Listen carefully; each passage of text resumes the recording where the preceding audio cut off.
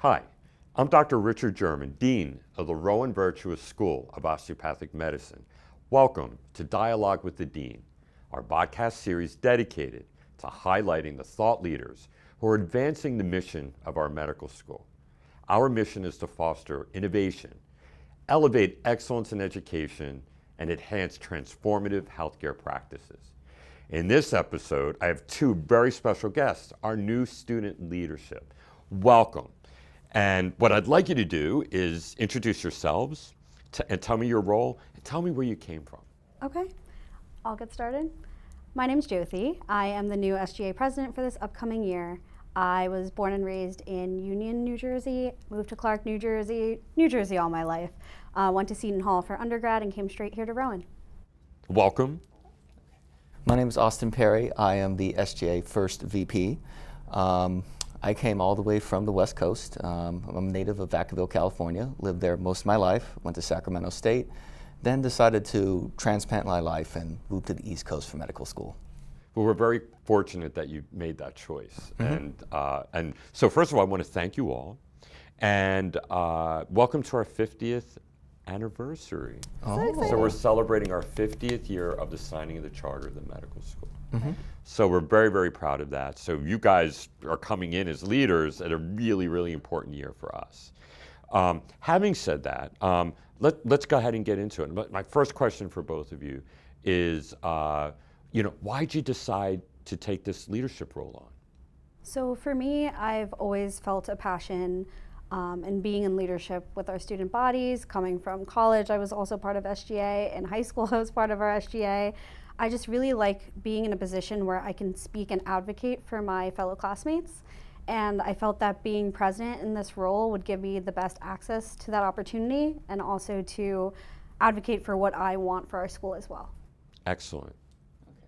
Well, leadership is something that I don't think is inherent, but I think it comes with experience and kind of a drive to want to lead.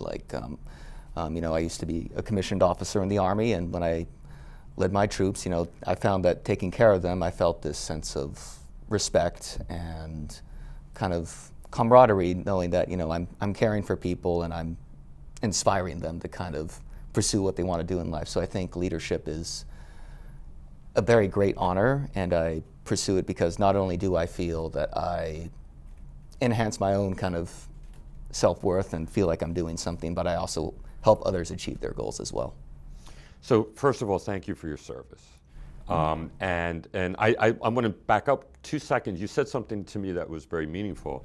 And you said, I'm going to paraphrase if that's okay. You said, leaders are not born, they're made. Yeah. Right? I believe that wholeheartedly. Right? And I would also say that leaders are constantly lifelong learners, right? Because environments change, people change, priorities change. So my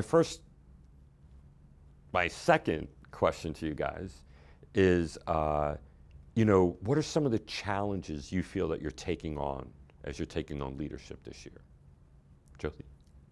So some challenges that I feel like are just being part of a student government association is finding a way to actually speak for the student body. There's a lot of students at our school. We're one of the largest schools in America, and that means that there are almost 300 students per each year that we have to try to understand what they want, what's in their best interests. And going into this role, we both made the commitment to listen to anyone that comes our way, and just make sure that we can actually do what's best for them. And I think that's a challenge that I personally face sometimes. I try to take on everybody's feelings and try to be as empathetic as I possibly can, but sometimes that's impossible. And acknowledging that we will do everything that's in our power to speak for our students. I think an additional challenge too is, recognizing the limits of the tools and the resources that you have on you. It's a delicate balancing act where, well, as Jyothi mentioned earlier, trying to understand the needs of 300 odd students and more, but also recognizing, there's limitations of how rotations can meet like student requirements, like what the school administration can handle, and being able to kind of meet in the middle sometimes and say, yes, we understand you guys, we need this, but we'll work with you the best as we can, but we do have some limitations here, but I can work with you in the middle. So a little bit of advice, because you're kind of mentioning this before. I do believe in servant leadership. Mm-hmm. And you said something, and I'm going to really emphasize it, listen, Mm-hmm. right? It's sometimes when even healthcare, we like to come in there, we're doctors and we want to fix everything. That's me, right? I'm a fixer, right? But the reality is, in order to fix anything, you have to be a good listener first. Mm-hmm. Really understand, what the problems are and how to focus, right? And realize too that you can't take on everything, right? You're medical students, right? Mm-hmm. So you have to. That comes first, right? And and I'm very, very looking forward to working with both of you. One of my favorite things in the world is working with the leadership, the student leadership. So I'm going to ask you this question. Do you have power as medical students? In terms of a SHA role or in Just the question. Do medical students have power anyway? I'd say yes. I'd say that as students, we have to be willing to advocate for ourselves. We have to be willing to speak up for ourselves. We have to be willing to, going into medical school, what do they say? Drinking out of a fire hose, right? Mm-hmm. So you have to come in and you have to be passionate for yourself. You have to know why you came in here, why you want to be a doctor. You have to be willing to walk into a room and say, this is what I want to do, feel confident in doing that as well. So your first 2 years, your preclinical years, we have the support of our school, but you are on your own to make sure that this is what you want to do. I want to continue this. I'm passionate about this. Going into third and fourth year is a whole other battle on its own. So as medical students, you have the power to make your own journey the way you want to be. And I think it's crucial for students to recognize that if this is what you want to do, you have to speak up for yourself. Do we have power? Do you have power? Yes, I would agree. That's really hard to follow up. You put it very succinctly, Jyothi. But yes, us students do have power. If you think about it in the long-term context, yes, we're at this base entry level where it feels like we're at the bottom of the food chain. And that's very apparent on rotations too. Yes. Trying to definitely speaking to the clerkship rotation, you're trying to find yourself in the food chain amongst all the residents and the nurses and the attendings. But I think it's important to recognize your own value and know that you are going to be the future physician. You are going to be the future leadership. And know that if you kind of start practicing that advocacy and start speaking out and standing and advocating for yourself, you may not always be listened to, but if you establish that habit, it's going to benefit you in the future, and I think it will speak volumes to future leadership, whoever you speak to. So I love that when you mentioned a few minutes ago, well, you've got your first and second year, and there's a power dynamic there, and then third and fourth, which seems to go away, right? Because you're at the bottom of the food chain. And I'm not going to disagree with that. What I do want to emphasize is you guys take on this role, and I think your previous leaders that we've had will tell you that you guys have a very, very loud voice here, right? The dean's office, I hope that's well known, is an open, center for anyone to come in. You and we're going to work very, very close together, and I make a joke about it because when we talk about power dynamics, I joke about it. No one has more power up on this third floor than student concerns. Nothing comes second to it. You are why we exist. Plain and simple. It's exact truth. You are why we exist. And we build our world around what you guys need. Doesn't always feel that way. It doesn't. I get that. But that's just the reality. And our job is to make you successful and eventually graduate and eventually donate back to the medical school. It's circle of life, right? You give us money when you get in, you give us money while you're here, and you come back and you donate later, right? Circle of life, right? So we'll be talking about that later. Will be a great return on investment in like 8 years. Return on investment. You are our investment. And I say this to every single medical student here. We invest in you. Every single one of you.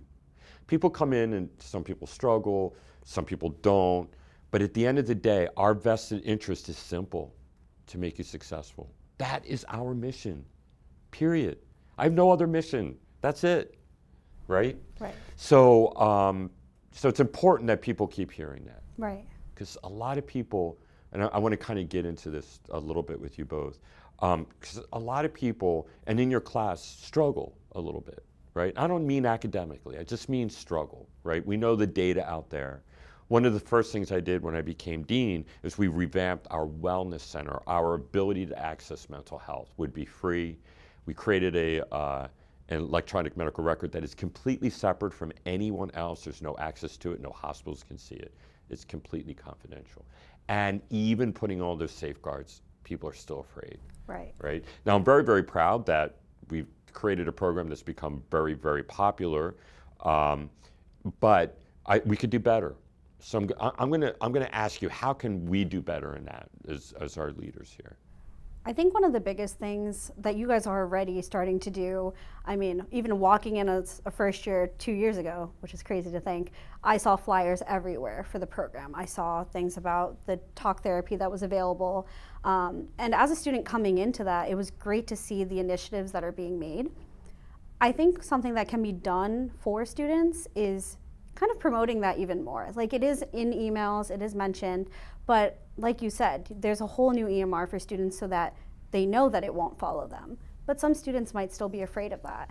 So something that can be discussed a little more would probably be how this is really for students, this is for them, this is for their wellness. This is something that won't follow them and is just to make sure that they have the support that they need. And I want to say this, and I mean this, I have failed you as dean. No, let me finish. I have failed you as dean if you access this too late, period. I believe that wholeheartedly. I don't want students to access this when we're on the other side of the curve. Right. All right? And, I know that you have a special interest in mental health, and so what advice can you give to some of your colleagues around mental health? It's okay to seek help. I think there is a very big stigma to kind of keep to yourself. Everybody's culture differs a little bit. You know, I myself was always kind of figure it out by yourself, kind of like very kind of stoic, like I can do this on by myself. But I think just normalizing and fostering a culture of like, it's okay to seek help. It's okay to kind of be able to recognize that maybe your mental health isn't all that great and you're not doing too hot, essentially. And I think another piece of advice too, I would say, is that, like, when they talk about mental health, it sounds like it's almost obvious, but in reality, it's very subtle. It creeps up on you, and it's just in the background, and you don't even notice it until you start actually thinking about it. Because when we think of depression, for example, we think of it as like, oh, you have to be sad, you have to be like crying all the time, or these kind of stereotypes. But as for all my medical students here, you'll learn about SIGI caps and you'll learn about sad ones, and all you need is 5 points of criteria, and sadness isn't even one of them. Right. You could just start counting the numbers, and I myself, I will be openly admit, it was difficult for me, and I started kind of counting the criteria, and I'm like, oh, maybe I should seek help. So I want to challenge every student that's listening to this, actually every student, faculty, and staff that we have here, that if you even think about it, come see us. Even thinking about it, what's the harm, right? And you might learn a little bit about yourself that would actually even make you even more successful. The data is very clear on physicians in training in mental health is critically important. And that was a big deal when I became dean, and it will continue to be a big deal. And we're going to keep talking about mental health and access to that during your tenure as our leaders here. What other challenges are you worried about as you take on this year? I think one of the talking points I can think of at the top of my head is the 3rd to 4th year transition. I think Rowan does a pretty good job at giving us resources, and we have WebExes, and they give us kind of talking points, but there's a limitation to where I feel like it's being taught to us, but I don't think it's being maybe fully understood, because as a 3rd year going into 4th year, our 3rd year schedule is pretty set, and it's like, all right, you'll have this rotation and this rotation, and you'll get one elective, and you can do that. But essentially, our schedule is handed to us on a platter. Then there is a huge kind of mental and cultural shock where come 4th year, it's like, okay, your time is to shine, but you're going to have to start looking for your own rotations. And it's like, it's a little overwhelming for a lot of us, where it's like, well, where do I start? Like, ERAS doesn't open until, late July, and I have to submit these forms. I have to make sure I have all my health records. And each site has their own requirements. And I think finding a way to kind of alleviate that gap for our 3rd going on to 4th year will kind of help take off a huge load of stress, and I think would, in the long run, kind of maximize our match potential and where we want to go with our residencies. And we're going to work on that this year, because this is not the first time I've heard this. And by the way, this is every medical school struggles with this, right? Because you're responsible for your rotations, because quite frankly, a lot of them are audition rotations. We don't know the residencies you want to get into. So it's and I'll be honest with you, I do want to credit our team here. 3rd year, you're right, it's handed to you on a silver platter, and a lot of medical schools don't do that. So by the time you're the 4th year, they're kind of used to doing this yourself, and we're a little bit different that way, which I think in a good way.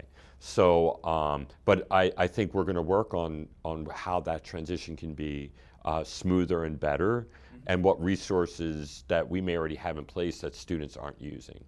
And I do want to stress that to the students, that don't wait until you're underwater, right? Yeah. Before you seek out, and you may have the resources already available to you and you didn't know it. And I get this all the time. I just didn't know. Yeah. Right. So, and other than these podcasts, because everyone watches them, you could do a million, webinars and everything. And until students are, ready to learn, to hear it, they're not as effective as they can be. And so I think we can find other creative ways that we can get more information out during these pretty big transition times. Right. And if I may, I think a good talking point is I think maybe encouraging to speak with admin. I know people, I might be up at St. Joe's, and it's kind of hard to talk with my admin. But setting up a WebEx, because with a lecture or a WebEx, and you're getting information thrown at you, sometimes, I'll admit, it goes one ear out the other for me. So I think it's more effective if you emphasize that you have to maybe sit down, think about it a little bit early in your 3rd year, maybe mid-3rd year, I kind of want to start thinking where I want to go, and just sit down, have a chat with your clerkship, your clinical coordinator, and just hey, I was thinking about this, just seeing kind of what's out there, because I think in the application of what you're being told about how this process works, I think it makes it a less daunting, and you kind of have an idea of what you want to do. I love that. I think that's great advice. I hope all your colleagues heard that, right? Because I believe when you go to the next step of beyond a webinar, even a phone call, that you just get that face-to-face, Right. It just adds something better. I know for me, it adds more dopamine in my brain, so it makes me feel a little bit better, and it feels like less of a process and more of a system, right? Yeah. That they're there for you. So I love that bit of advice. For our incoming students, right, who have no idea what they're in for, we have, students starting now, and in a week we'll have our, pretty much our entire class here, and they have no idea what they're in for, and it's hard to watch, because they're all happy and they're like, oh, this is so much fun, I love medical school, and I'm like, we'll circle around in about a month and see how you feel about that. give them advice. What are you giving? Give them a golden point that's going to be good for them. My golden rule coming into med school was to do everything I could to not lose myself. So whether that means you follow your hobbies and you make sure you don't lose them, I mean, it all comes down to your wellness. Yeah. As a student, I think it's honestly pretty manageable to be a medical student if you don't lose who you are. It is a tough journey. It's a dense amount of information all at once. However, making sure you get to the gym if that's how you like to get outside, or even going for a walk. Little things every day to make sure that you don't lose yourself in your studies. Making sure you meal prep if that's how you got to get your food in. Everything that you need to do, it comes down to making sure that you don't lose yourself in the process. We are trying to train to become doctors. So how are we going to promote wellness to our patients if we don't promote wellness in us? There's a kind of a cliche. It's very much a cliche, but it's meaningful, and that's that whole, like, when a plane goes down and oxygen drops, you have to put it on yourself first before you administer to other people. Doctors don't do that. Yeah. They Oh, don't. yeah. We're not built that way. We're going into the crisis first, Yeah. right? And but that's not healthy, right? And I think to learn it early in your career that you have to put yourself first. Don't lose who you are, because you are going to change so much in the next 4 years. You will be a very different person, in a good way. Right. But you don't want to lose the fundamental person of who you are. You know, there's great studies on this, by the way, demonstrates that every year of students in medical school, their empathy goes down. Not only medical school, nursing school, we see the same thing, you know, PA school. So what are we doing, right?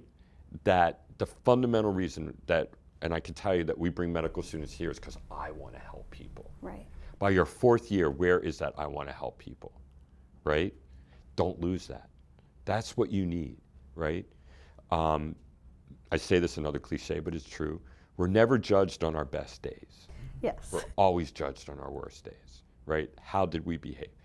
I want to also say to the students, as a bit of advice from their dean, and that's this, and that is, you're going to mess up. It's okay. Forgive yourself. Own it. First of all, own it. And then forgive yourself. And it's a life lesson. Because I don't think there's a day go by that I don't think I make a mistake in this job. We all learn from our Truly. mistakes. Right? Yeah. But you can't dwell on the bad stuff. You have to dwell on the good stuff, right? The wins, right? That grade that you got that you really wanted, right? And you knew you were going to struggle, right? You're like, biochem is not my thing. And you get that grade, take that in. And you guys have heard this in the years, you've heard from me, and that is stay in the moment. Yes. Right? If you're at an event that you're supposed to replete your mental health, right? Then, you know, stay in that event. Don't worry about the test that's in a week, or the boards that are coming up, or that rotation that you have yet to hear back from. Right? I just hit a nerve, I know. Oh, yeah. Mm-hmm. I hear you. Oh, yeah. Always remember that only worry about the things that you have control of, right? That, to me, that's my everyday. You know, I try to, you know, only concentrate on the things that I have control over. And I think that's really insightful. I think a lot of students struggle with that, especially coming to med school. I feel like a lot of people have type A personalities. They have to have everything in control. And knowing that we are not in control of everything, but we can only control so much, is big. And coming from our dean, I think that's a really important message. You know, students tend to kind of delve into the moment, but into the direct moment, and not think about, there's more to this. There's a bigger picture. We're going to be okay. And I think it's really great that you're promoting that message to our student body. Ask questions.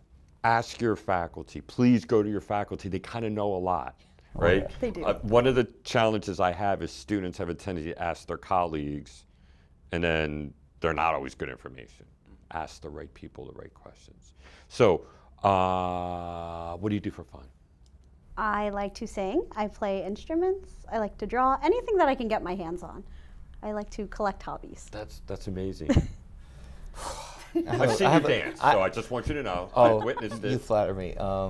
Yeah, I have a myriad you of can interests. interpret it that way, but go ahead. No, my interests are all over the place. I do a bunch of stuff, but well, let's start with something recent. Like apparently on the, have you gotten the iPhone 16 recently? Mm-hmm. Apparently, if you take a picture, like sometimes, like I think it's like the AI can actually figure out. So, because I remember I was taking a picture of like a bird, and then it actually told me what it was. So it's kind of become a weird, kind of like makeshift wildlife photography, where like I take a picture of like an animal, I'm like, what is that? And then I look it up and I'm like, oh, that's cool. Oh, that's very cool. Yeah, I don't know. It's just I just noticed it, and then I'm like, oh, this is kind of an interesting hobby. So. Wow. That's really cool. Right? Yeah. And what type of music? Anything. Well, I used to sing in a church choir when I was younger, for many years actually, probably for 15 years. And so I like to sing that type of stuff, but I like to get into anything. For instruments, I like to play anything from jazz. I play the saxophone, or I play the flute. So those are some things I like to do. My favorite types of music are probably R&B and pop and stuff like that. So I like to just get myself involved any way I can. It's kind of my escape from everything. That's great. You play an instrument too, right? Me? I played trumpet in 5th grade and then kind of gave up in frustration. But I think that's still a skill that you probably still have. I mean, it's probably in there somewhere, but. Okay, one last question, okay, from you guys. You gave advice to the first years, okay, coming in. What is your advice to the incoming 4th year class? I would say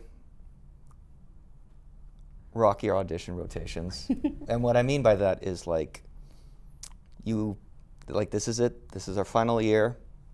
Like, we're called sub-Is for a reason, we're sub-interns for a reason, because we act and we have to behave and think like interns. So this is our year to really step up and start to think, some great advice I got from residents was like, you have to think, all right, start thinking like a doctor, like do I want to admit this guy? Do I want to, what treatment plan, like what I want to do? Like, yes, I've done the presentation and I've given all this stuff, but like, kind of take some foresight into like, where do you want this patient to be? How do I care for them the best? And because this is it, like we're a year in, we're going to be doctors, and that's a huge responsibility. So I think getting into that mindset will help us move seamlessly into residency. And if I could add one more thing to your audition rotations, be authentic. Yes. Don't be what you think they want you to be. Be authentic, because the authenticity is what they're going to remember. Yeah. So I want to thank you both for coming here today. This was an amazing, probably one of our best podcasts. Oh. I just want to thank you for that. Looking so forward to working with you in the year coming up. Once again, I want to thank our audience for tuning in every month as I bring you our leaders that help move our mission forward. Thank you, and see you next month. Bye.